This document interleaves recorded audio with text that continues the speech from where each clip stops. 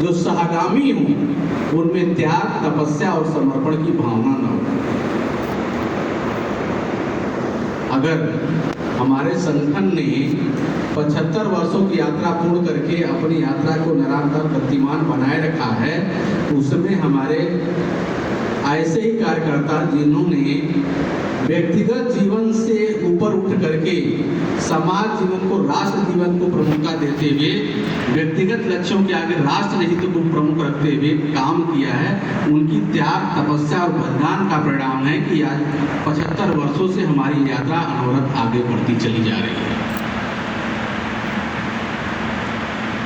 किसी भी संगठन की पहचान का प्रमुख आधार उसका अपना सांगठनिक ढांचा और कार्यपद्धति होती है। विद्यार्थी परिषद की विशिष्ट पहचान उसकी कार्यपद्धति है। दुनिया किसी छात्र संगठन में इतनी व्यवस्थित और पवित्र कार्यपद्धति देखने को नहीं मिलती है। मैं दावे के साथ दुनिया किसी भी कार्यकर्ता संगठन में, अब विशेषकर छात्र संगठनों की बात नहीं करूंगा, तो इतना पवित्र ध्येय और इतना आत्मीय और स्पष्ट कार्यपद्धति नहीं है। आप सोचिए, जिस संगठन का ध्येय वाकई उद्घोष ही शुरू होता है ज्ञानशील एकता के साथ, उसका ध्येय, दृष्टि और लक्ष्य कितना पवित्र होगा, जिसमें छात्र अपना सर्वस्व त्याग करके, अपना कैरियर छोड़ करके राष्ट्र के लिए सर्वस्व समर्पित करने के लिए पूर्णकालिक बन करके सेवा करते हों, ये दुनिया का अनूठा छात्र संगठन है। इस मायने में भी अनूठा छात्र संगठन है कि छात्र संगठन के बीच मार्गदर्शन के लिए उनके गुरु भी साथ साथ काम करते हैं, और दूसरे छात्र संगठनों में ऐसा देखने को नहीं मिलेगा।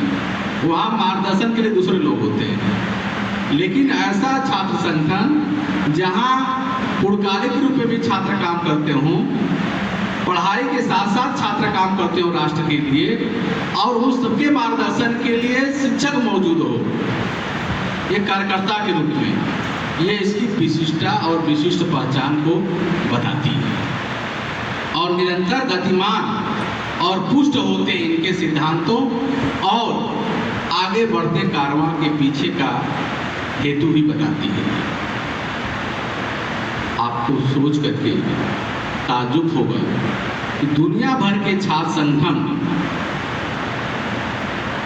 एक विशिष्ट उद्देश्य के लेकर काम करते हैं, और विद्यार्थी परिषद एक ऐसा छात्र संगठन है जिसका एक ही विशिष्ट उद्देश्य राष्ट्र का पुनर्निर्माण करना। और वह विशिष्ट उद्देश्य इतना व्यापक है कि इस देश के, इस समाज के, इस राष्ट्र के कण-कण का हर ध्येय उसमें शामिल हो जाता है। वो हर कार्य करता है। ये विद्यार्थी परिषद, हमारा संगठन, हमारा कार्यकर्ता, जिससे राष्ट्र के पुनर्निर्माण को गति मिलती है, ये हम सभी के लिए गर्व का विषय है। और निश्चित रूप से जब हम विद्यार्थी परिषद कार्यकर्ता के रूप में भी है, जब विद्यार्थी परिषद कार्यकर्ता नहीं होते हैं, समाज जीवन में लौट जाते हैं, तब भी हमारे लिए गर्व का विषय होता है कि हमने विद्यार्थी परिषद के कार्यकर्ता के रूप में काम किया है। और उस गर्व की अनुभूति आपको तब होगी जब आप किसी पूर्व कार्यकर्ता से मिलेंगे, उसको अनुभवों को सुनेंगे, उसके संस्मरणों को सुनेंगे, बड़े गर्व से बताते हैं कि हमने भी विद्यार्थी परिषद में काम किया है। और खासकर उच्च पदों पर आसीन लोग, अभी कल ही हमारी चर्चा हो रही थी, इस समय गाजियाबाद के आसपास किसी जिले में कमिश्नर हैं जो यहाँ विद्यार्थी परिषद में पूर्णकालिक रह चुके हैं। सर गोरखपुर में भी थे, यहाँ पिछली बार ध्येय यात्रा आई थी तो उनका पूरा व्यवस्था उन्होंने किया था, यहाँ पर आयोजित थे सर। तो अब सोचिए, आज रैंक का व्यक्ति जब मिलता है और बताता है कि डॉक्टर साहब, मैंने भी अपनी छात्र जीवन में विद्यार्थी परिषद के कार्यकर्ता ही नहीं बल्कि पूर्णकालिक कार्यकर्ता के रूप में भी योगदान दिया है, तो उसके चेहरे का भाव और उसके हृदय के गौरवोक्ति दोनों पढ़ने और समझने लायक होती है। जब इस देश में, खासकर उत्तर प्रदेश में, पहली महिला बस चालक पायलट के रूप में विद्यार्थी परिषद कार्यकर्ता का चयन होता है, तो हमारी सभी छात्रा बहनें गर्व से भर जाती हैं। आप देखें ना, शिक्षण संस्थानों में तो अध्यापकों की बड़ी लंबी कतार है। लोक जीवन में भी हमारे पूर्व कार्यकर्ताओं की बहुत अनगिनत संख्या है। ये ऐसे ही हुई है, ऐसे ही नहीं हुई, नहीं एक दिन में ये संख्या बनी है। इसको बढ़ने में, इसको बनने में 76 सालों की यात्रा, अनवरत यात्रा और साधना का परिणाम है। आप कल्पना करिए कि जब देश 1947 में आजाद हुआ, विभाजन की विभीषिका थी, 800 वर्षों की गुलामी के बाद आर्थिक रूप से, मानसिक रूप से देश पूरी तरह टूट चुका था।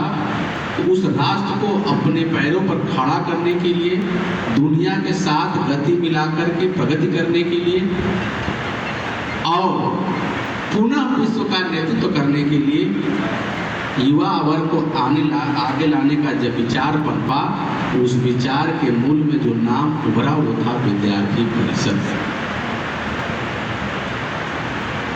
और उस विद्यार्थी परिषद ने दुनिया को दिखाया किस तरह से उसके छात्र राष्ट्र के निर्माण में छात्र शक्ति राष्ट्र शक्ति के रूप में परिवर्तित हो जाती है।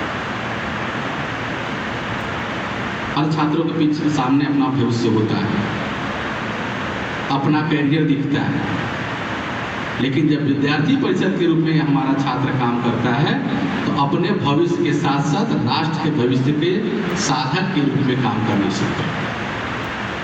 तब उसको अपना हित सर्वोपरि नहीं दिखता है, वो कुछ भी करता है उसमें उसका सबसे पहले कौन हित दिखता है? राष्ट्र हित दिखता है। ऐसे ही नहीं कहते हम कि छात्र शक्ति राष्ट्र शक्ति। हमने छात्र शक्ति को राष्ट्र शक्ति के रूप में परिवर्तित करके दिखाया है। आप थोड़ा सा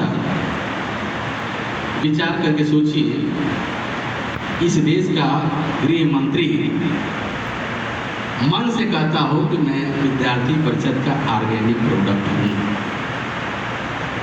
और हम कह सकते हों और लोक जीवन में लोग कह पाते हैं कि जब विद्यार्थी परिषद का कार्यकर्ता गृह मंत्री के पद पर आसीन हुआ तब इस देश की अखंडता का अंतिम कील भी ठोका जा सका। धारा 35A, धारा 370 निरस्त करके पूरा राष्ट्र वास्तविक रूप से एकीकृत होता है। यह है राष्ट्र निर्माण में विद्यार्थी परिषद के कार्यकर्ता की भूमिका, समाज जीवन में उसकी भूमिका। जब कोई मुख्यमंत्री बड़े मन से कहता है कि मैंने विद्यार्थी परिषद के कार्यकर्ता के रूप में काम किया है, तब आपको समझ में आता है कि राष्ट्र निर्माण में विद्यार्थी परिषद की क्या भूमिका है और क्या हो सकती है।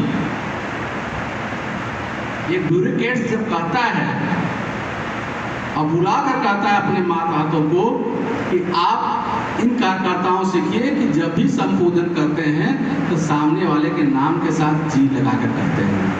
हम आप जो है सड़क छाप भाषा में बात करते हैं। मैं ऐसी कोई कहानी नहीं सुना रहा हूँ, ये सच्ची घटना बता रहा हूँ। कमिश्नर ने अपने मातहत जितने हल्के के दरोगा थे, सीओ थे, सबको बुला करके संगठन मंत्री के सामने कहा, इन लोगों से सीखिए कि जनता से सामान्य लोगों से संवाद इतने प्रेमपूर्ण और आत्मीय भाव से किया जा सकता है। विद्यार्थी परिषद का प्रत्येक कार्यकर्ता सामने वालों को आदर के साथ जी लगाकर संबोधन करता है। अगर हम सब इनसे थोड़ा सीख लें, संबोधन कैसे किया जाता है पब्लिक में, तो पुलिस की छवि सुधर जाएगी।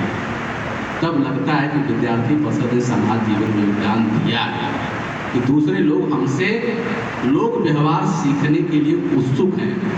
हमारा व्यवहार, हमारा आचरण दूसरे के लिए अनुकरणीय बन रहा है।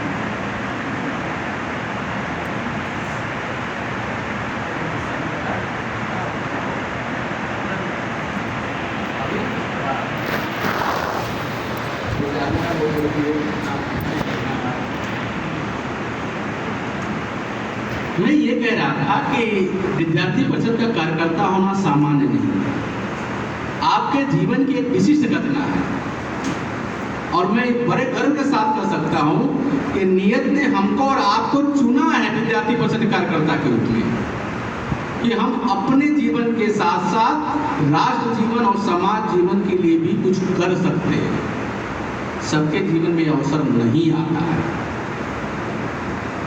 और मैं ये इसलिए गर्व के साथ कह सकता हूँ क्योंकि मैंने अपने पूर्व कार्यकर्ताओं का अनुभव सुना है, और कभी न कभी आपको भी ऐसे पूर्व कार्यकर्ताओं का अनुभव सुन करके गर्व की अनुभूति होगी कि मैं सही प्लेटफॉर्म पर खड़ा हूँ। आज हमारे जितने छात्र बंधु यहाँ एक दिवसीय अभ्यास वर्ग में आए हुए हैं, वो अच्छी तरह समझ लें कि आपका इससे हित तो प्रभावित नहीं होगा व्यक्तिगत हित, लेकिन समाज जीवन पर आप विद्यार्थी परिषद के कार्यकर्ता के रूप में अमिट छाप छोड़ सकते हैं। और बाद में जब आप याद करेंगे, आज से 25 साल बाद अपने जीवन के कुछ अच्छे पलों को याद करेंगे, अपने जीवन की मधुर स्मृतियों को याद करेंगे, समाज में दिए गए योगदान को जब याद करेंगे, तो मैं दावे के साथ कह सकता हूँ कि आप विद्यार्थी परिषद को अवश्य ही याद करेंगे। अब हम लोग बार बार कहते हैं कि जो एक बार विद्यार्थी परिषद का कार्यकर्ता बन गया, वो आजीवन विद्यार्थी परिषद का कार्यकर्ता रहता है, क्योंकि विद्यार्थी परिषद में आना महत्वपूर्ण नहीं होता, विद्यार्थी परिषद को अपने अंदर लाना महत्वपूर्ण होता है। और जिस दिन विद्यार्थी परिषद आपके अंदर आ गया, आपके व्यवहार में आ गया, आपके सोच में आ गया, आपके आचरण में आ गया, आपकी वाणी भाषा में आ गया, उस दिन आप चाहेंगे भी तो विद्यार्थी परिषद आपसे बाहर नहीं जा पाए। और आप जहाँ भी खड़े होंगे, जीवन के जिस क्षेत्र में भी काम करेंगे, आपकी विशिष्ट पहचान होगी, क्योंकि जब भी आप कुछ कर रहे होंगे, आपके हर सोच में, हर काम में, हर दृष्टि में राष्ट्र प्रथम दिखेगा। और यह जो राष्ट्र प्रथम का भाव है, उसकी जो बीज है, उसकी नींव है इसी विद्यार्थी परिषद के कार्यक्रमों में, विद्यार्थी परिषद के कार्यकर्ता के रूप में काम करते हुए पड़ती है। और यह अभ्यास वर्ग, ऐसे आयोजन, ऐसे कार्यक्रम विद्यार्थी परिषद के कार्यकर्ता के रूप में आपकी कार्य पद्धति को ही पुष्ट करने के लिए नहीं होते, बल्कि आपके व्यक्तित्व को गढ़ने में भी महत्वपूर्ण भूमिका निभाते हैं। इस बात को समझने की जरूरत है। मैं उम्मीद करता हूं कि आज का यह एक दिवसीय अभ्यास वर्ग ऐसे कार्यकर्ताओं के निर्माण में सहायक सिद्ध होगा जो आगे चल के आजमगढ़, उत्तर प्रदेश और देश तक का नाम रोशन करेगा।